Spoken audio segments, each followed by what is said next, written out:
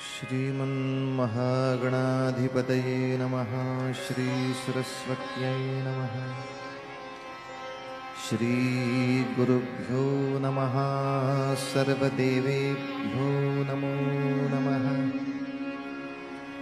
वक्रतुंड महाकाय सूर्यकोटि समप्रभ निर्विघ्नं कुरु मे देव सर्वकार्येषु सर्वदा। गुरुर्ब्रह्मा गुरुर्विष्णुः गुरुर्देवो महेश्वरः। गुरुस्साक्षात् परब्रह्म तस्मै श्री गुरवे नमः। मूकं करोति वाचालं पंगुं लंघयते गिरिं यत्कृपातमहं वन्दे परमानन्दमाम्।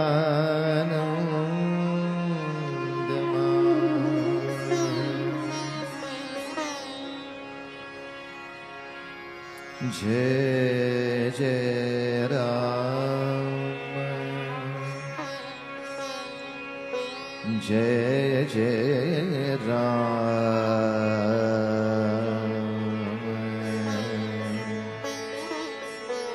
जय जय राम।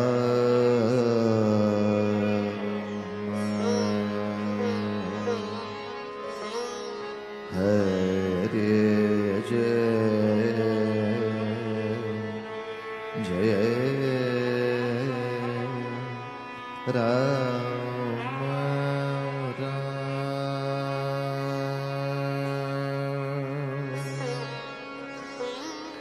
राम राम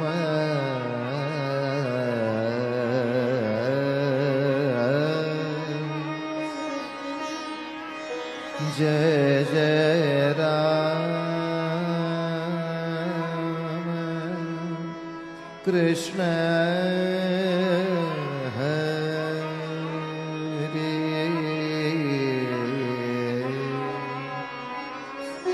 जय जय राम। कृष्ण हरि हरि जय जय राम। कृष्ण हरि हरि जय जय राम। कृष्ण हरि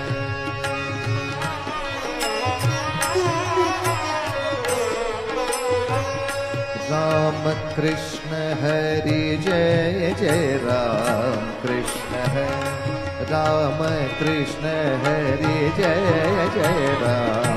कृष्ण हरि राम जय जय राम। कृष्ण हरि राम जय जय राम। कृष्ण हरि राम जय जय राम। कृष्ण हरि कृष्ण हरि कृष्ण हरि जय जय राम। कृष्ण हरि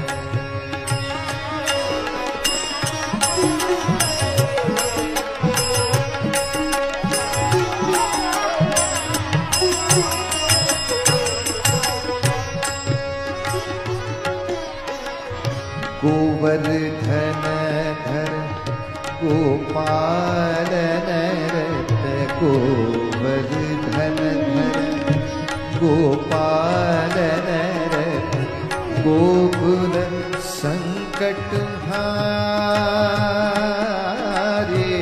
गोकुल संकट हारे जय जय राम। कृष्ण हरि राजा राम जय जय राम। कृष्ण हरि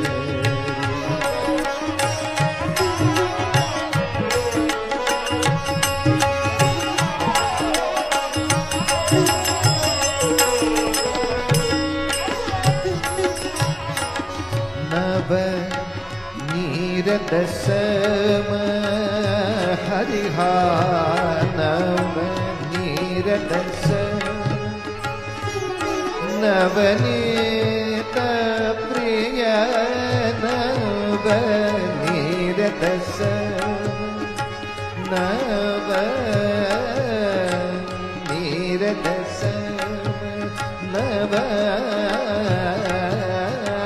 नीरदस नव नव नवनीरदस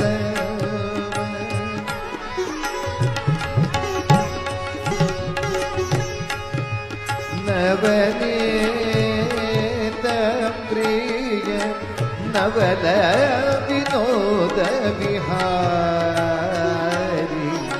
नवल विनोद विहारी जय जय राम कृष्ण राजा राम जय जय राम कृष्ण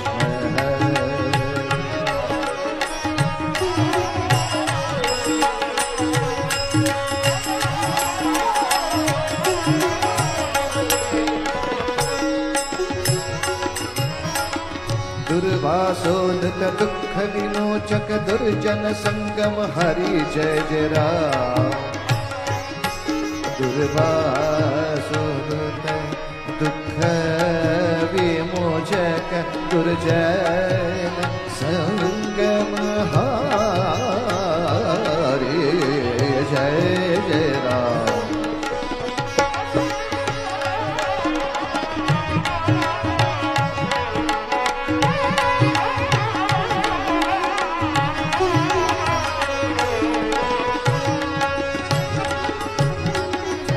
शरणागत दीना चरणी नेई रामा शरणागत दीना चरणी नेई करुणा दृष्टि करुणा दृष्टि निहार करुणा दृष्टि निहार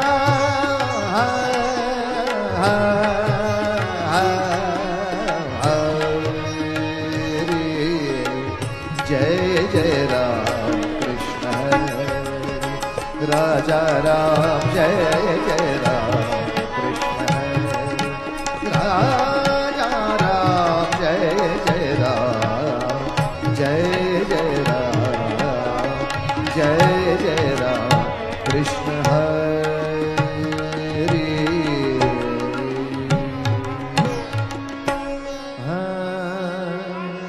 टाळी आणि भजन रघुपति राघव राजा राम पतित पावन सीताराम रघुपति राघव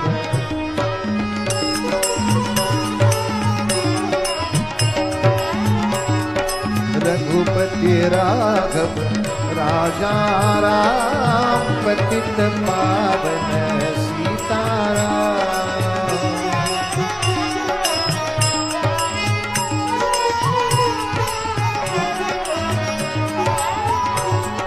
रघुपति राघव राजा राम पतित पावन सीताराम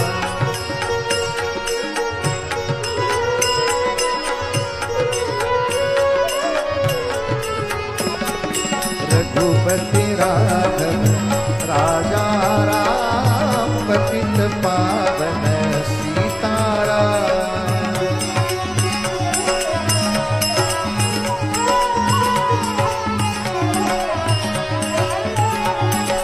रघुपति राघव राजा राम पतित पावन सीताराम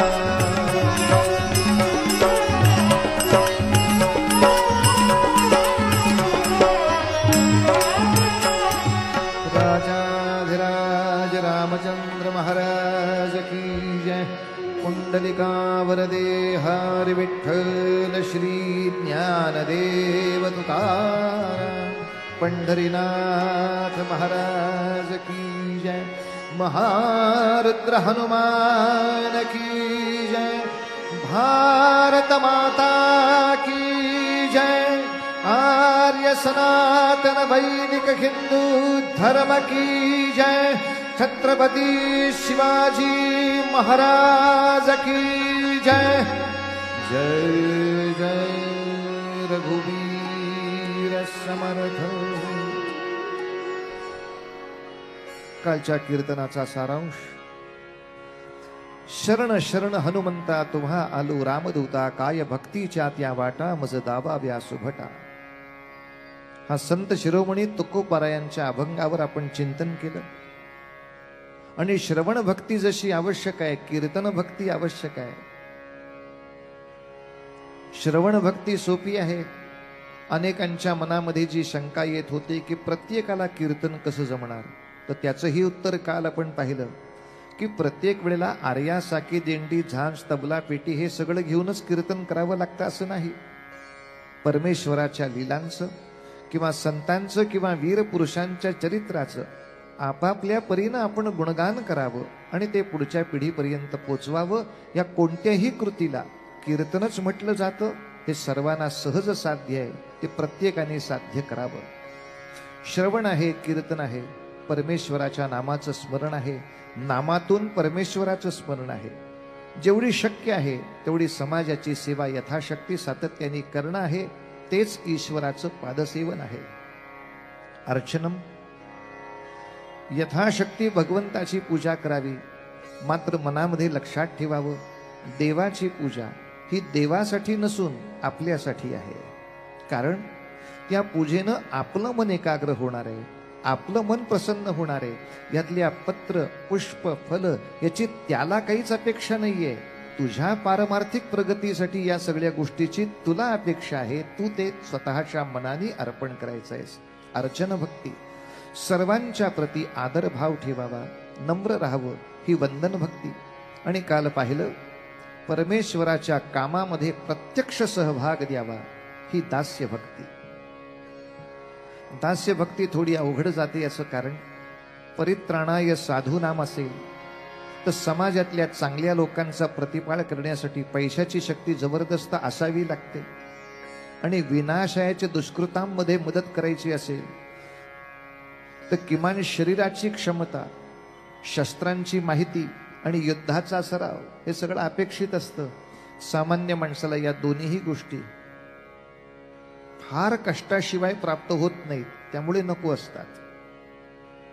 साधारण जेवणाच्या पंक्तीमध्ये आपण सगळ्यांना जर विचारलं चला चला चला चला पदार्थ वाढायला घ्या, तर साधारणतः सर्वसामान्य जे असतात ते पापड कुरडया, लिंबू, चटण्या, म्हणजे साधारण ज्याचा फारसा काही त्रास होणार नाही अशा गोष्टी पटपट उचलल्या जातात। भाजीचं पातेलं उचल बरं, चटका बसतो। थोडी अवघड असते ती सेवा, पण परमेश्वरासाठी जर परमेश्वरी कार्यामध्ये सहभाग करायचा असेल तर पहिल्या 6 भक्ती तर आवश्यक असतातच, पण त्याच्याही पेक्षा आवश्यक असतं भीमरूप। भीमरूपी महारुद्र असल्याशिवाय त्या विनाशायाच्या दुष्कृतांमध्ये नुसता मानसिक सहभाग काही उपयोगाचा राहत नाही। या दृष्टीनं खूप अवघड आहे ती गोष्ट। पण थोडं आपलंही दुर्दैव आहे की आपल्याकडे बहुतांशी जो साधक युवक वर्ग आहे तो फारसा बॉडी बिल्डिंग मध्ये चांगला दिसत नाही। आणि जे बॉडी बिल्डिंग मध्ये चांगले आहेत ते साधक म्हणून मंदिरात दिसत नाहीत।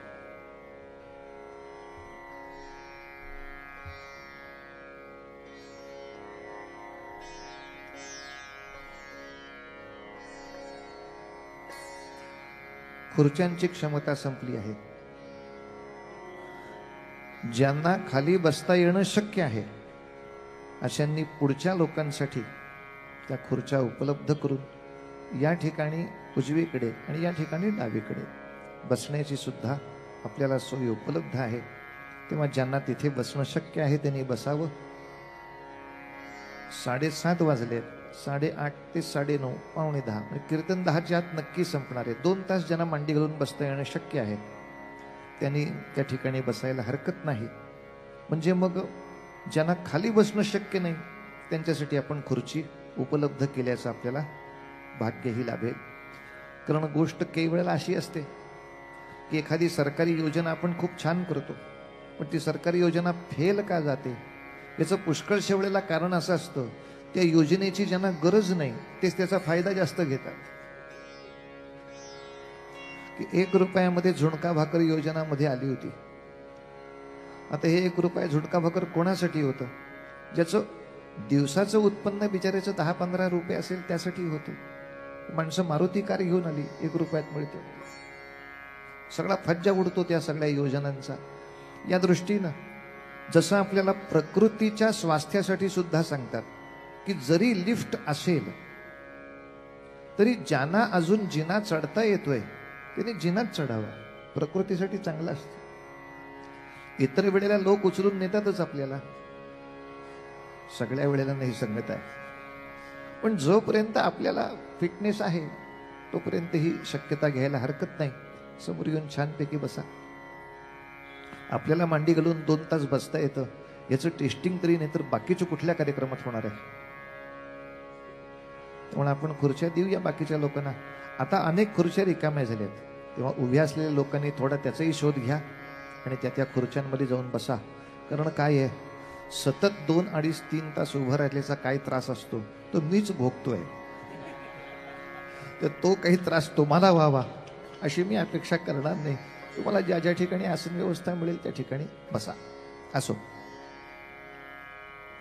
थोडीशी दुःखाची आपल्या हिंदूंमधली गोष्ट अशी आहे की जे मंदिरामध्ये चांगल्यापैकी साधना करणारे आहेत, समाज कार्यामध्ये उभे राहणारे आहेत, ते व्यायामशाळेमध्ये फारसे दिसत नाहीत.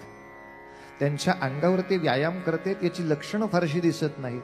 आणि ज्यांच्या अंगावर छान व्यायामाची लक्षणं आहेत ते साधनेला मठामध्ये सापडत नाहीत.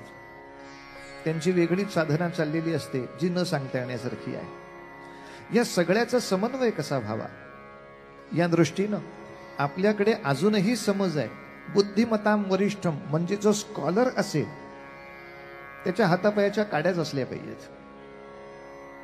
आणि जो पैलवान असेल त्याचं डोकं गुडघ्यात असलं पाहिजे. ही उगाच आपण आपल्या मनाने केलेली भ्रामक समजूत आहे. ही समजूत मोडून काढण्यासाठीच तर हनुमंतांचं रूप आहे. ते एकाच वेळेला भीमरूपही आहेत आणि बुद्धिमताम वरिष्ठम पण आहेत.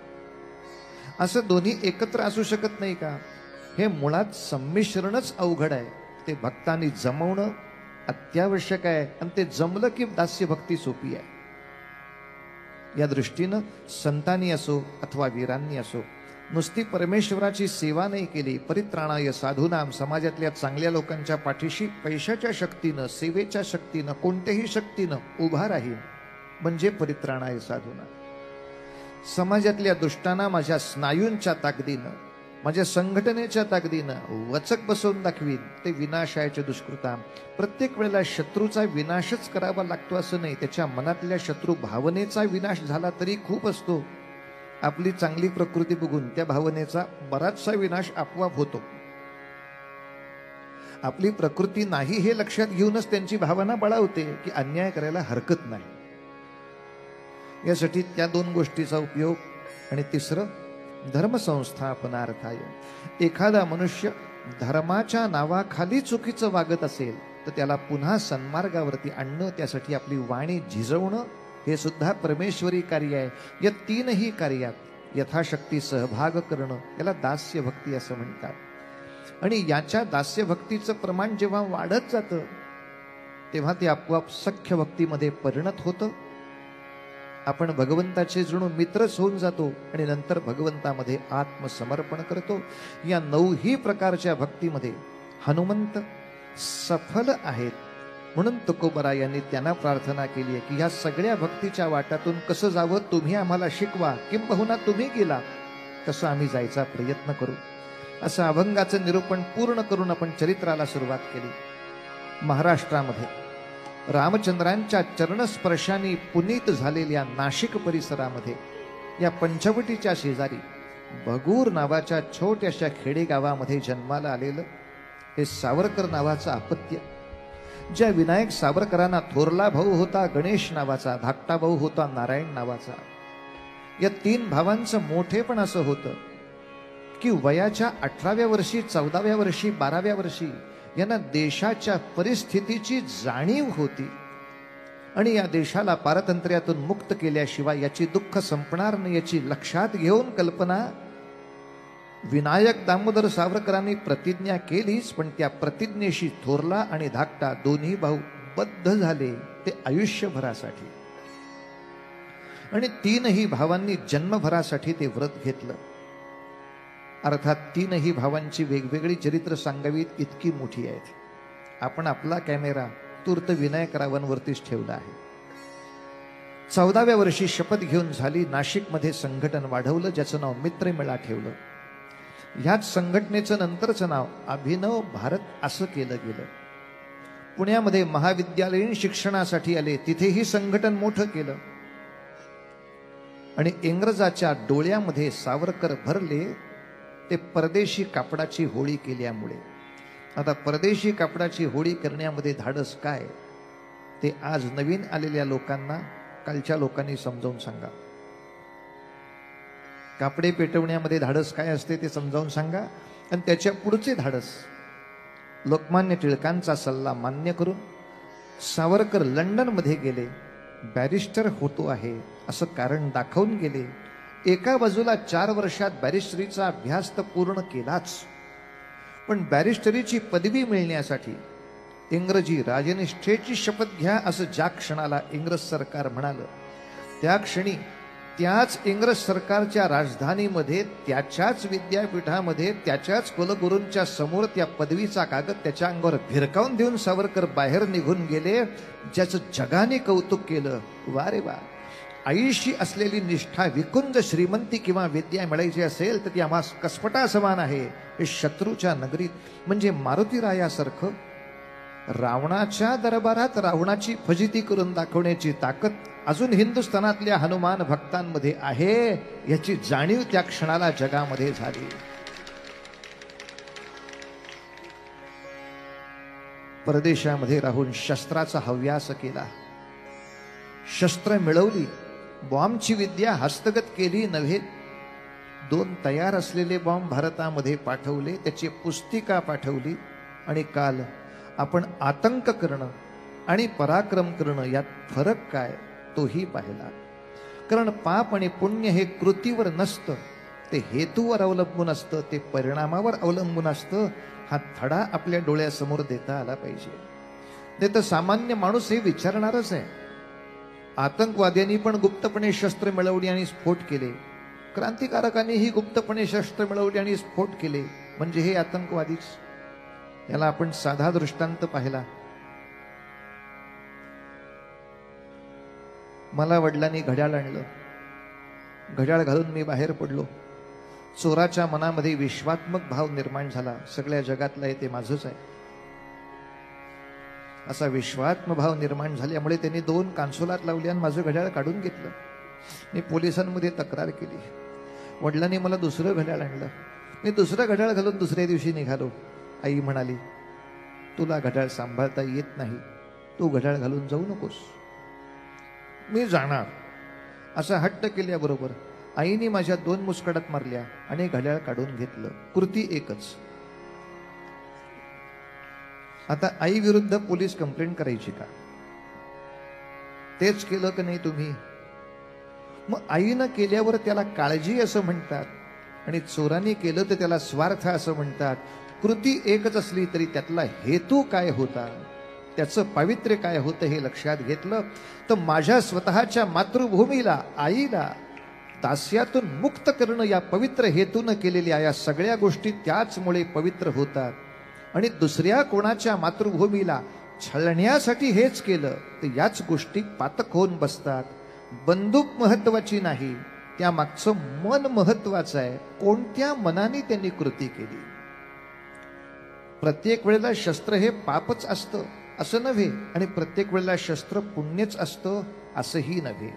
जेव्हा कोणतंच औषध चालत नाही तेव्हा शस्त्रक्रिया करतात, ज्याला प्राकृतात ऑपरेशन असे म्हणतात.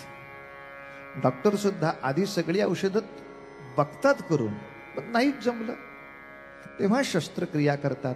तसं आपल्या लक्षात येईल, क्रांतिकारकांनी सुद्धा इंग्रजाचा जाच कमी व्हावा यासाठी आधी बरेच उपाय करून बघितले. ते जेव्हा शक्य झाले नाही तेव्हाच त्यांनी शस्त्राला हात घातला. ते काही पाळण्यापासून शस्त्राशी खेळत नव्हते. आणि आता सावरकर नावाचा माणूस लंडनमध्ये राहतो.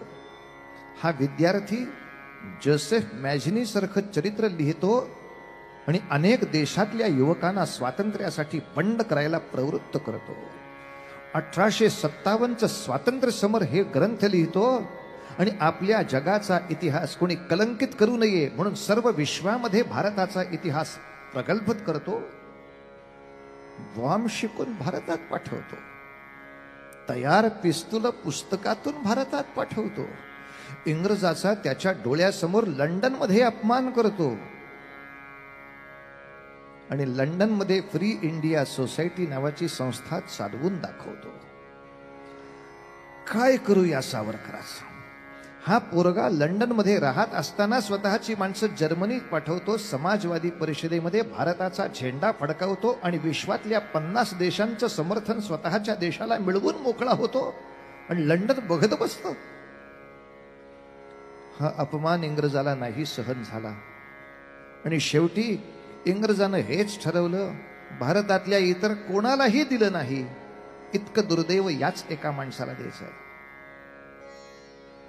इतरांना दिलं नाही याच्यामध्ये कोणाची राष्ट्रभक्ती कमी जास्त असा हिशोब नाही करायचा. त्यांचं भाग्य थोर की त्यांच्या बाकी गोष्टीला कुठेही इंग्रजाकडून हात लागला नाही, फक्त त्यांनाच हात लागला. उदाहरणार्थ, जरी क्रांतियुद्धामध्ये सुभाषचंद्र बोस उतरले आणि अटक झाली सुभाषचंद्र बोसांना, त्यांचे सगळे भाऊ नाही अटकेत पडले, त्यांची प्रॉपर्टी नाही जप्त केलेली, किंवा सुभाष बाबूंचे भाऊबंद आता काहीच करू शकणार नाही अशी अवस्था नाही निर्माण झालेली. जी गोष्ट सुभाष बाबूंची तीच, महात्माजींची तीच, नेहरूंची तीच, आझादांची. क्रांती युद्धामध्ये जे जे उतरले त्यांना काहीतरी हानी झाली, पण त्यांच्या कुटुंबियांना, त्यांच्या मालमत्तेला असा फारसा इंग्रजांनी सहसा हात लावलेला नाही.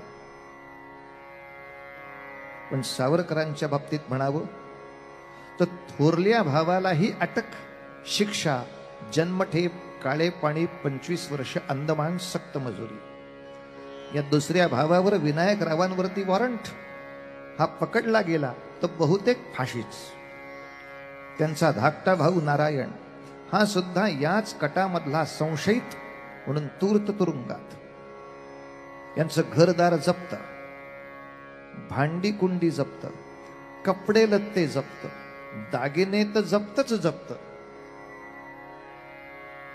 सावरकरांची जी शेतीवाडी इंग्रजांनी जप्त केली ती सावरकरांच्या आताच्या कुटुंबियांना परत मिळावी म्हणून सगळ्या प्रकारच्या सत्ता दिल्लीत आल्यानंतर सगळ्यांनी प्रयत्न करून झाले, ती आजतागेत त्यांच्या वंशजांना मिळाली नाहीच.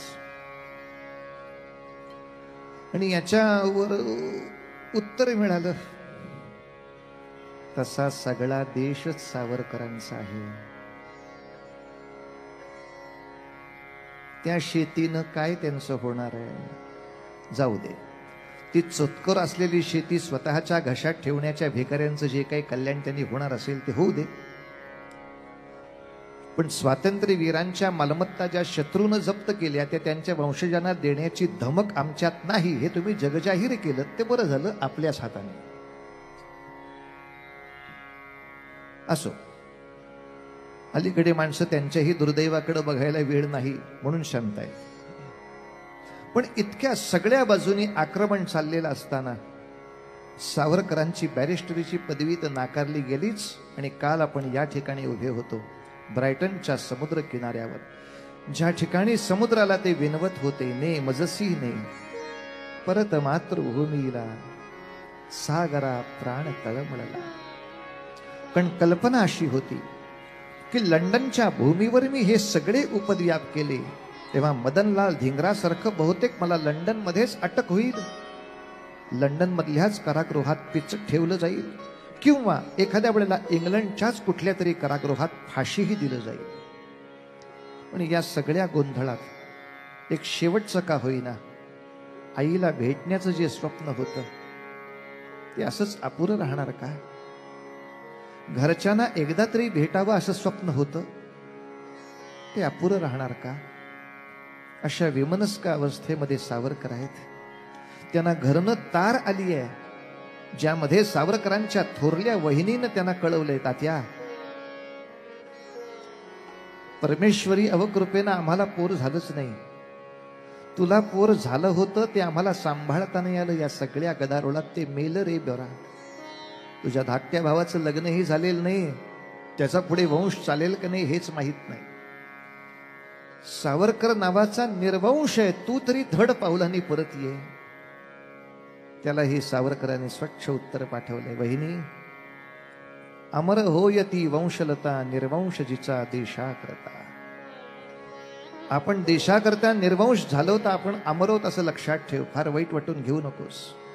अनेक फुले फुलती फुलोनिया सुकोन जाती, कोणी त्याची महती गणती ठेविली असे. हे सावरकरांच्या शब्दावरचं काव्य नाही, हे काव्यच सावरकरांचं आहे. त्यांनी आपल्या वहिनीला कवितेतच उत्तर पाठवलंय. अगं वेडे, रोज अनेक फुलं उमलतात आणि सुकून जातात, कोण त्याची किंमत ठेवतो. परिजे गजेंद्र शुंडेने उपटिले श्रीहरीसाठी मेले, कमल फूल ते अमर ठेले मोक्षदाते पावन. भागवत ग्रंथामध्ये जी कथा आहे ना, त्या गजेंद्रानं परमेश्वराला अर्पण करण्यासाठी जे कमल पुष्प तोडलं आणि वाहिलं, त्या हत्तीसह त्या कमल पुष्पाचीही आपण पूजा करतो. जे भगवंतासाठी मेलं त्याची पूजा होते वहिनी. कमल फूल ते अमर ठेले मोक्षदाते पावन. आणि सावरकर स्वतःच सगळं निर्वंश झालेलं कुटुंब पाहत असताना लिहितात, वहिनी अशीच सर्व फुले खोडावी, श्रीरामचरणी अर्पण व्हावी, काही सार्थकता घडावी या नश्वर देहाची. महत् कार्याचे कंकण धरिले आता महत्तमत्व पाहिजे, बाणले ऐसे वर्तन पाहिजे, केले की जे पसंत पडले संतांना. आता संतांना आवडेल असं वागलं पाहिजे वहिनी. आपल्या घरच्यांना खूप धीर दिला, स्वतःच्या मनाला कोण धीर देणार. काल मी हा प्रश्न केला होता त्यासाठी. समुद्राकडे पाहिल्यानंतर सावरकरांच्या भावना अशा काही उचंबळून आल्या की एखाद्या जत्रेमध्ये एखाद्या मुलाची आई हरवली तर तो आईसाठी जो आक्रोश करतो त्या तऱ्हेचा आक्रोश सावरकरांच्या कवितेमध्ये होता. ते उत्स्फूर्तपणे ओळी म्हणत होते, ते लिहून कोण घेत होतं. तर या एका सावरकर भक्ताचं नाव सांगतो. भारतीय स्वातंत्र्यामध्ये ज्या तिघांचं नाव अभिमानाने घेतलं जातं, लाल बाल पाल. लाल म्हणजे पंजाबचे लाला लजपतराय, बाल म्हणजे महाराष्ट्राचे बाळ गंगाधर टिळक आणि पाल म्हणजे बंगालचे बिपिनचंद्र पाल. या बिपिनचंद्र पालांचा मुलगा निरंजन पाल तो त्यावेळेला सावरकरांबरोबर होता. तो सावरकरांच्या अभिनव भारताच्या त्या लंडन मधल्या संघटनेतला एक सहकारी होता. तो सावरकरांबरोबर त्या समुद्र किनारी आला होता. निरंजन पालनी ही आठवण लिहिली आहे. निरंजन पाल लिहितात, सावरकरांचा मुलगा वारला अशी जेव्हा बातमी आली तेव्हा सुद्धा तात्याला कधी आम्ही रडताना बघितला नाही. घरदार जप्त झाल्याची बातमी आली तेव्हा सुद्धा तात्या उदास होता, पण त्यांना रडताना बघितला नाही. थोरल्या बंधूला अटक झाली, स्वतःची बायको थोरल्या भावाची बायको दोघांना आश्रितासारखं त्यांच्या माहेरी गोठ्यात राहायची वेळ आली, तरी सुद्धा तात्याला रडताना नाही बघितलं. आपल्या कुटुंबाची वाताहात झाली तरी सुद्धा तात्या रडला नाही. पण जेव्हा त्याने समुद्र पाहिला आणि ज्या क्षणाला भावना उचंबळल्या की याच समुद्राच्या दुसऱ्या टोकाला माझी भारत नावाची आई आहे, तिची जेवढी मला सेवा करायची होती ती आता यापुढे नाही करता येणार. एकदा अटक झाली, एकदा तुरुंगात गेलो की आई तुझ्या सेवेला येताच नाही येणार. सेवा नाही तर नाही, किमान आईचं दर्शन घेऊन तरी यावं. यासाठी सावरकरांनी ही प्रार्थना केली, हो समुद्राला ने मजसी ने परत मातृभूमीला, सागरा प्राण तळमळला. काही क्षणामध्ये फक्त अर्थ सांगतो आणि मग त्या अर्थाच्या सुगंधासह आपण त्या सुरांचा आनंद घ्या. भारताच्या त्या नकाशावर जर एखाद्या देवीचं चित्र काढलं तर 3 समुद्र त्या देवीचे पाय धुतायत असं चित्र आपल्याला आपोआप दिसेल. सावरकर म्हणतात, सागरा अरे तू माझ्या आईचे पाय धूत होतास नाही, धूत आहेस. भूमातेच्या चरण तला तुझ धूता, मी नित्य पाहिला होता. सागरा मज बदलासी अन्य देश चल जाऊ, तू मला खुणावलंस, आपण इतर देशात जाऊ, सृष्टीची विविधता पाहू. मी भारतातून निघालो, मग मात्र माझ्या आईला शंका आली की हे लेकरू गेलं तर बहुतेक नाही परत यायचं. तई जननी हृद विरह शंकितची झाले. माझ्या जननीला विरहाची शंका आली. तेव्हा सागरा परी तुवा वचन तिज दिधले, तू माझ्या आईला वचन दिलंस रे.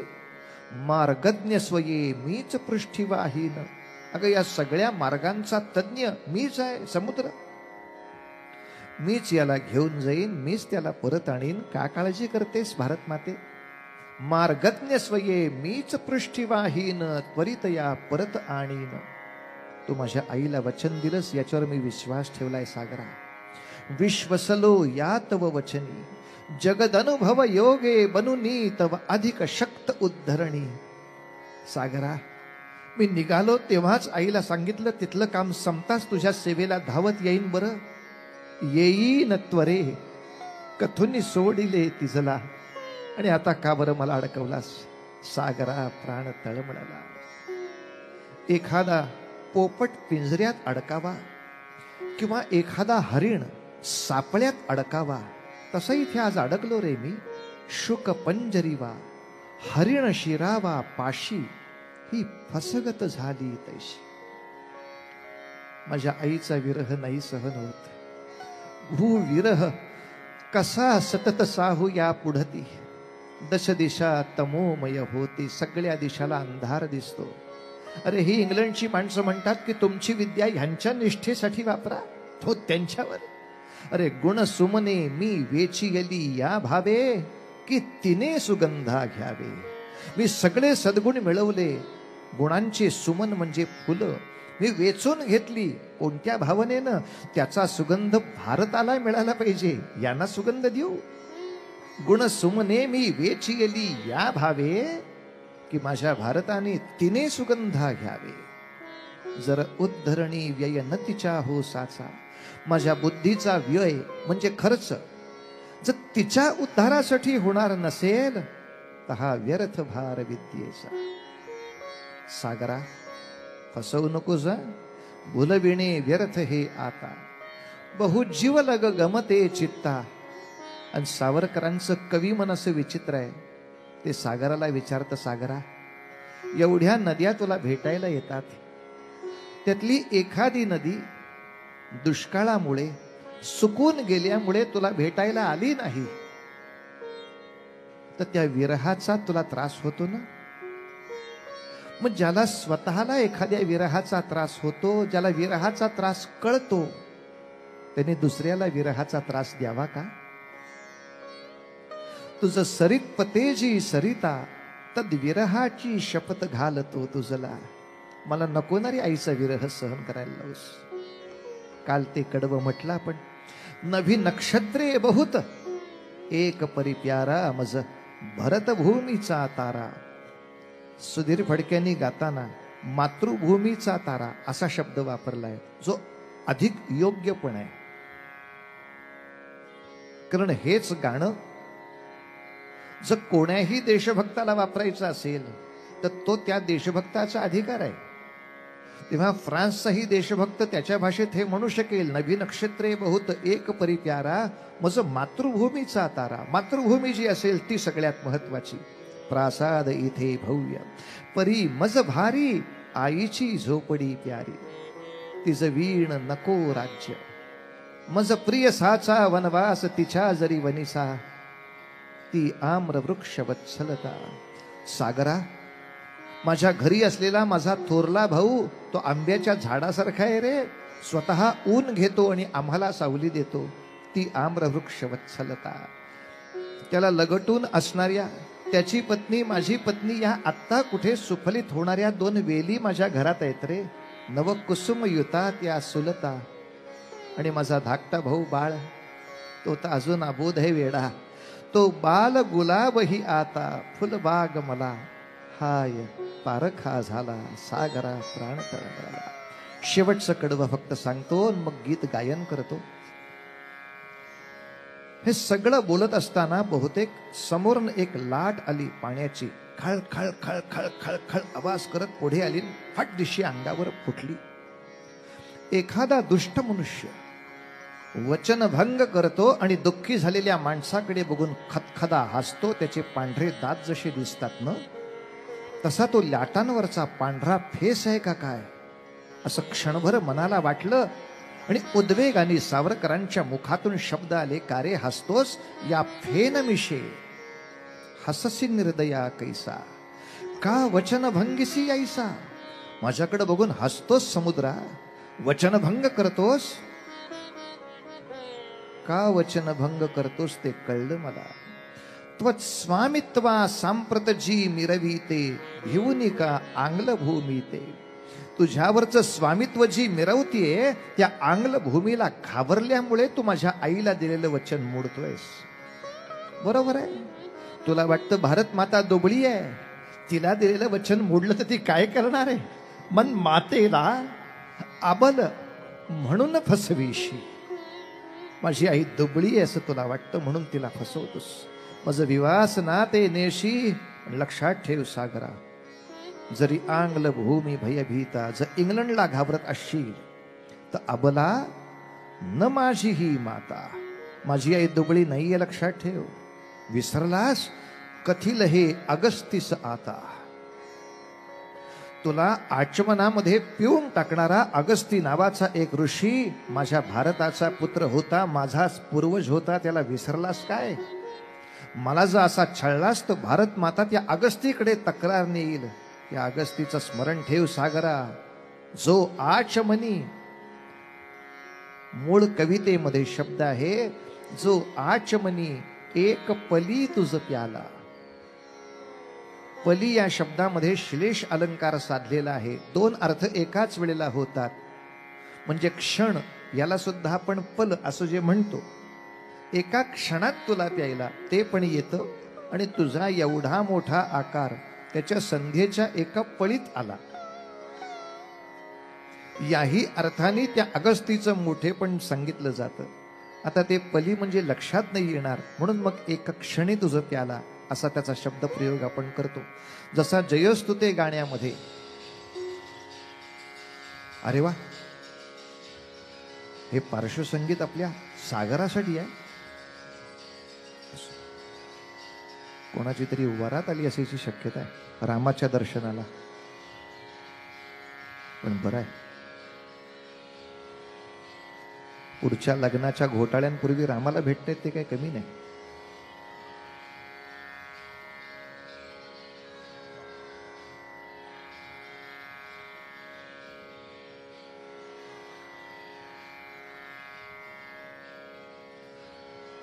हा एक विषय शालेय अभ्यासक्रमात घ्यायला पाहिजे.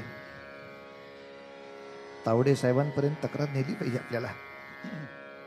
सभा संकेत म्हणून ज्याला म्हणतात, तो विषय सहसा काही आपल्या अभ्यासक्रमात येत नाही. समजा आपण ज्या परिसरातून चाललो त्या परिसरातल्या काही समारंभाला आपला त्रास होऊ नये अशी थोडीशी खबरदारी घ्यावी माणसाने. असो, काही गोष्टी आपल्या अभ्यासक्रमात नाही येत म्हणून हा त्रास आहे. कोणाला दोष देणार. खरंच मी अनेक वेळेला चौकात जेव्हा कीर्तन करतो रस्त्यावर, तेव्हा रस्त्यावरती आपण 3च दिवस असतो कीर्तनाला. गुरंढोरं रोज जात असतात, त्यामुळे तो त्यांचा रोजचा रस्ता असतो. ती जनावरं येऊन बघतात, गर्दी फारच झाली आहे. पण मला जनावरांचा कधीच नाही त्रास झाला. ते बरोबर रस्ता काढतात आणि दुसऱ्या चौकात निघून जातात. पण त्याच रस्त्याने रोज पान खाऊन जाणारी जी माणसं असतात, ती रस्ता न बदलता सभा चालू आहे ह्याचाही संकेत न बाळगतात, तेच पान खात तसंच थुंकत तशाच तऱ्हेनं गप्पा मारत समोर न जातात. काही वेळेला इतकं वाईट वाटतं, परमेश्वरालाच विचारावं लागतं, देवा यातलं जनावर म्हणून नक्की कोणाला जन्माला घातले ते एकदा सांग मला. कारण जनावर जे आलं होतं ते काहीही त्रास न देता शांतपणे निघून गेलं. आणि हा मोबाईलवरती हॅलो, मोबाईल कशाला, तुझा आवाजच इतका छान आहे, नुसता बोललास तरी ऐकू जाईल, इतक्या जोरात बोलत असतो पठ्ठ्या. पण सभा संकेत असो, बाकीच्या नाही, आपल्या अभ्यासक्रमात आपण घेऊया, काही सभा संकेत पाळणं आवश्यक आहे. सागरा, तू इंग्लंडला घाबरून जर माझ्या भारत मातेला दुबळी समजून हा वेडेपणा करणार असशील तर असं करू नकोस. अर्थात रडत असताना सुद्धा सावरकर दम दिल्याशिवाय राहत नाहीत, हा त्यांच्या अंगातला पीळ आहे, त्याला पर्याय राहत नाही. पण तरीही निरंजन पाल लिहितात, त्यांच्या आठवणीत लिहितात, आपल्या सर्व कुटुंबाची वाताहात झालेली कळलेली असताना सुद्धा डोळ्यात पाणी न दिसणारा सावरकर समुद्राच्या पलीकडे असलेल्या भारत मातेची कल्पना करून आपल्या आईच्या आठवणीनं असा काही विव्हळ झाला की जत्रेमध्ये आई हरवलेला मुलगा जसा ढसढसा रडतो तसा तात्या आम्हाला रडताना तिथे दिसला पहिल्यांदा. गळगळा डोळ्यातून फक्त अश्रुधारा चालल्या होत्या आणि समुद्राकडे बघून एकटक काहीतरी बोलत होता. हा काहीतरी छान बोलतो हे लक्षात आल्यावर निरंजन पालनी पटकन खिशातून डायरी काढली आणि शेजारी बसून लिहायला सुरुवात केली. तेव्हा सावरकरांचं काव्य तर मोठं आहेच, पण हे आपल्यापर्यंत ज्यांच्यामुळे पोचलं त्या निरंजनाची सुद्धा एक आभाराची पंक्ती करून आपण त्या गाण्याचा आनंद घेऊ. निरंजन पाल, तुमच्यामुळे आम्हाला ही जबरदस्त जगप्रसिद्ध कविता पाहायला मिळाली. खूप खूप धन्यवाद तुमचे. आता जो सांगितलाय तो पाशात अडकावा तसा अडकलो रे, सगळा अंधार पसरला, शुक पंजरी